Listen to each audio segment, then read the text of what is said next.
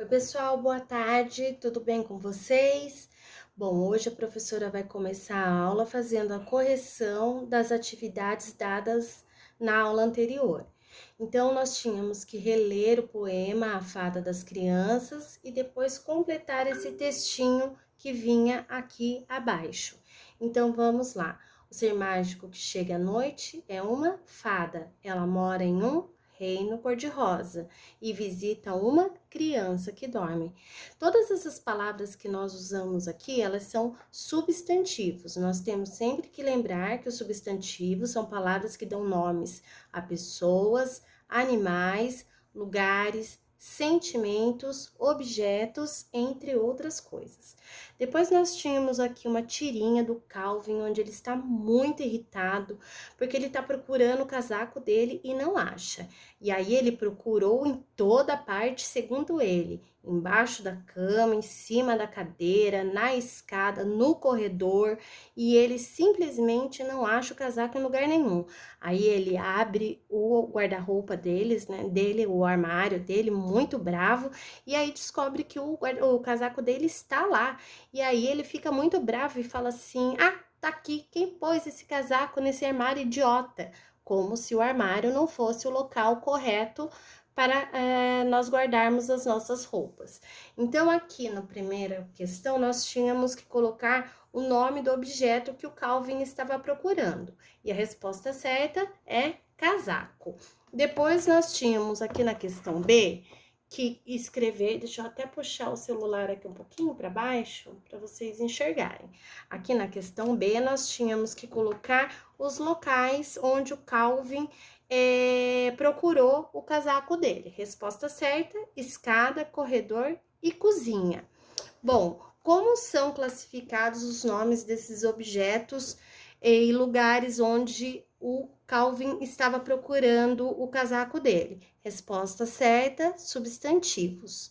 Aí, na D, nós tínhamos que colocar uma palavra que pudesse substituir a palavra armário, e é guarda-roupas. O lugar é adequado para guardar o que o Calvin estava procurando? Sim. E por quê? Porque é lá que nós devemos guardar as nossas roupas. No F, essa questão era oral, né? Então não precisava fazer, mas eu fiz aqui só para vocês terem uma ideia. O Calvin acaba encontrando o casaco no lugar onde ele realmente deveria estar. Na sua opinião, por que ele ficou tão bravo com essa situação?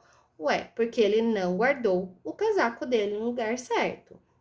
O que provoca humor, ou seja, deixa a gente, faz a gente achar graça na situação? A raiva dele, porque ele procurou em todos os lugares. É a mesma coisa de eu procurar panela no banheiro, né, gente? Porque ele procurou nos lugares inadequados. Aí aqui na última questão também era uma parte oral, não precisava fazer, só a que a Pro tinha pedido para vocês preencherem, mas eu vou ler tudo, tá? O Calvin chama o armário de idiota. Leia o significado dessa palavra e depois discuta as questões a seguir com os colegas e professor. Como a gente não tem colegas e professor nesse momento, não precisava fazer essas questões. Então vamos lá. Idiota significa uma pessoa sem inteligência, uma pessoa tola. É adequado chamar então um armário de idiota se o armário não pensa, se o armário não tem inteligência? Não, porque é um objeto e o objeto não tem inteligência. A intenção do Calvin ao chamar o armário dessa maneira foi atacar a pessoa que guardou o casaco lá no guarda-roupa. Uma pessoa que guarda o casaco no armário ou no guarda-roupa é uma pessoa tola, uma pessoa sem inteligência? Não, muito pelo contrário, né? E na sua opinião, a atitude do Calvin está correta? Na minha opinião, não está. E na sua? Bom, pessoal, segura aí que já já a professora volta com as atividades de hoje, tá bom? Um beijo para vocês e até já. Bom, pessoal, hoje nós vamos ler um texto, na verdade, um fragmento de texto, ou seja, é um pedacinho do texto chamado Os Sete Corvos. Esse texto conta a história, uma história assim inesperada que acontece uma coisa assim muito desafiadora com os personagens. Então, vamos fazer a leitura. Os 7 corvos. Havia certa vez um homem que tinha 7 filhos e, por último, teve uma filha. Embora a menina fosse bastante bonita, era tão fraca e miúda que todos julgaram que não fosse sobreviver, resolvendo de pronto batizá-la. Então o pai mandou um dos filhos correr até a fonte para trazer um pouco d'água para o batismo.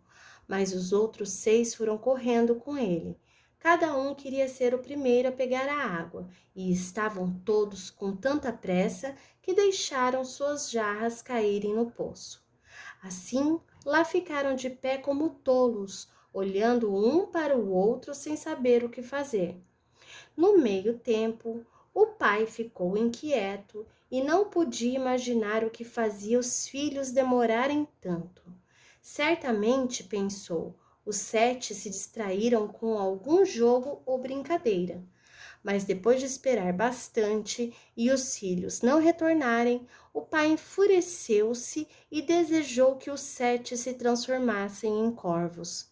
Mal havia esbravejado seu desejo quando ouviu um crocitar sobre a sua cabeça e, olhando para cima, avistou 7 corvos pretos voando e revoando em círculos. O pai, embora arrependido ao ver que o seu desejo havia sido realizado, não via como o feito pudesse ser desfeito, e se consolou como pôde pela perda dos 7 filhos, com a sua querida filhinha, que logo tornou-se mais forte a cada dia e mais bonita. Por um longo tempo, ela não soube que tivera irmãos, pois o seu pai e a sua mãe cuidavam para não falar deles na presença dela. Mas um dia, por acaso, ela escutou algumas pessoas neles falarem. Sim, diziam, ela é de fato bela, mas ainda assim é uma pena que os seus irmãos tenham se perdido por sua causa. Então a menina muito sofreu. Correu até o pai e a mãe, perguntando se um dia tivera irmãos e o que acontecera a eles.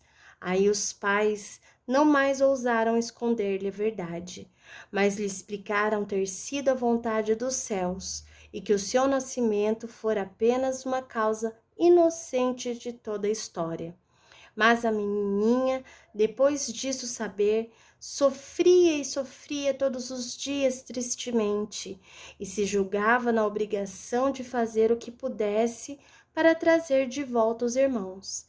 E não mais teve descanso e nem paz, até que por fim um dia fugiu, partindo o mundo afora ao encontro dos irmãos, para libertá-los onde quer que pudessem estar e custasse o que custasse. Essa história foi escrita pelos irmãos Grimm e foi retirado do livro O Príncipe Sapo e Outras Histórias, da editora LIPM, que foi publicado em Porto Alegre, em 2002, tá bom? Então, agora nós vamos fazer as atividades das páginas 18 e 19 do livro de língua portuguesa. Você já tinha ouvido ou lido contos com situações de encantamento antes? Se sim, você vai escrever sim, se não, só colocar o não, tá? Aqui no número 2, vocês vão escrever quem são os personagens da parte 1 dessa história, tá? Lembrando que nomes com letra maiúscula, que começo de frase eu uso letra maiúscula e que eu não posso esquecer o ponto lá no final. No número 3, vocês vão copiar o trecho que descreve como era a menina logo que ela nasceu. Ou seja, vocês vão falar como era a menina logo que ela nasceu. Com o passar do tempo, como que ela se tornou? Vocês vão colocar aqui, sempre com letra maiúscula e ponto no final. No conto Os 7 Corvos, a história começa assim. Havia certa vez um homem que tinha 7 filhos e, por último, teve uma filha. Não é possível saber a data exata em que a história aconteceu. Se fosse possível, faria alguma diferença para esse sentido que foi contado? Se sim, por quê? E se não, o porquê, tá bom? Depois no B. Veja a seguir algumas possibilidades de se iniciar uma história. Marque com um X as alternativas com expressões que poderiam ser usadas para dar início a contos como esse no lugar de havia certa vez. Então, no lugar de havia certa vez, eu poderia ter usado era uma vez, na época dos reis e das rainhas, no ano de 1378 aconteceu que há muitos e muitos anos, ou ontem, dia 23 de março. Vocês vão colocar as opções que vocês acham melhor. No número 5, de acordo com o texto, o que aconteceu para que o pai ficasse com raiva dos 7 filhos? No 6, foi o desejo do pai que desencadeou um acontecimento mágico. Que acontecimento foi esse? Vocês vão colocar aqui. Número 7. A menina cresceu sabendo que tinha irmãos? Sim ou não? No 8. O que a menina fez quando descobriu o que tinha acontecido com os irmãos? No 9, vocês vão reler esse trecho a seguir, que narra como a menina ficou após saber a verdade sobre o que havia acontecido aos irmãos. Qual que é o efeito de sentido provocado pela repetição sofria? Sofria e sofria. O que isso quer dizer? Que ela sofria muito, que ela sofria pouco, que ela não sentia nada? Vocês vão colocar aqui. E por último, quem narra os acontecimentos de uma história se chama narrador. No conto que você leu, o narrador participa dos acontecimentos ou não? Vocês vão colocar sim ou não aqui. Na próxima aula, a professora volta com a correção dessas atividades. Façam com bastante atenção e carinho, tá bom? Um beijo para vocês e até mais!